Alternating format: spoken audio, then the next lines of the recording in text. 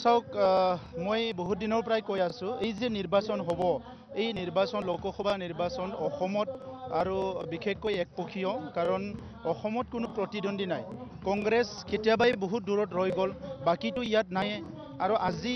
AGP BJP UPPL একত্ৰিত হোৱাৰ পিছত অসমত আৰু কোনো কণ্টেষ্ট নাই আজি কোকৰাঝাৰত আপোনালোকে দেখিবলৈ পাব যে আমাৰ এনডিএৰ প্ৰাৰ্থী জয়ন্ত বসুমতাৰী ডাঙৰীয়াৰ মনোনয়ন পত্ৰ দাখিল কৰাৰ দিনত ইয়াত মানে জনসমুদ্ৰ হৈ গৈছে এটা এক প্ৰকাৰ জনসমুদ্ৰ হৈ গৈছে গতিকে আজিৰ এই ৰেলীটোৱে দেখাই দিব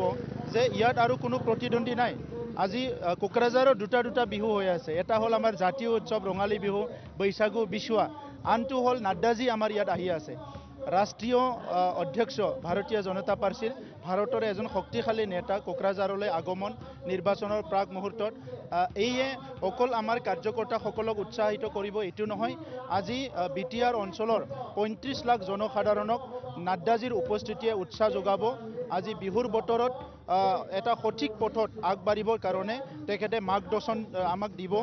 হিটোৰ কাৰণে সকলো উৎসাহিত হৈছে আৰু আমাৰ প্ৰাৰ্থী বহুত ভোটত জয় হৈ আছে যোৱাকালিলৈকে 2 লাখ ব্যৱধানত যদি সবে ভাবিছে জয় হ'ব নাড্ডাজী অহাৰ পিছত আমাৰ প্ৰাৰ্থী 3 লাখতকৈ অধিক ভোটত জয় হ'বলৈ গৈ আছে কিন্তু বিৰোধীয়ে ইয়াৰ পিছত কয় যে ইউপিপিএল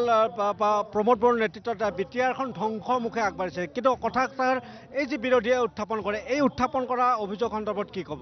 চাওক এনেকা তেখেতসকলৰ কোনো ভেলু নাই বিপিএফৰ 17 বছৰত যি লুণ্ঠন কৰিলে যি অপশাসন কৰিলে দুৰ্নীতি ভ্ৰষ্টাচাৰ কৰিলে হিংসাৰ এটা পৰিৱেশ সেই সময়ত যি গঢ়ি তুলিলে ইয়াৰ আৰু কোনো মানে ইয়াত সংশোধন নাই সেইকাৰণে আজি বিপিএফক চিৰকালৰ কাৰণে বিদায় দিছে বৰঞ্চ মই এটা কথা আজি আপোনাক স্পষ্টভাৱে কৈ দিছোঁ যে আহি থকা নিৰ্বাচনবিলাকত নাঙলৰ ছবি লৈ ভোট কণ্টেষ্ট কৰিবলৈ মানুহ বিচাৰি নাপাব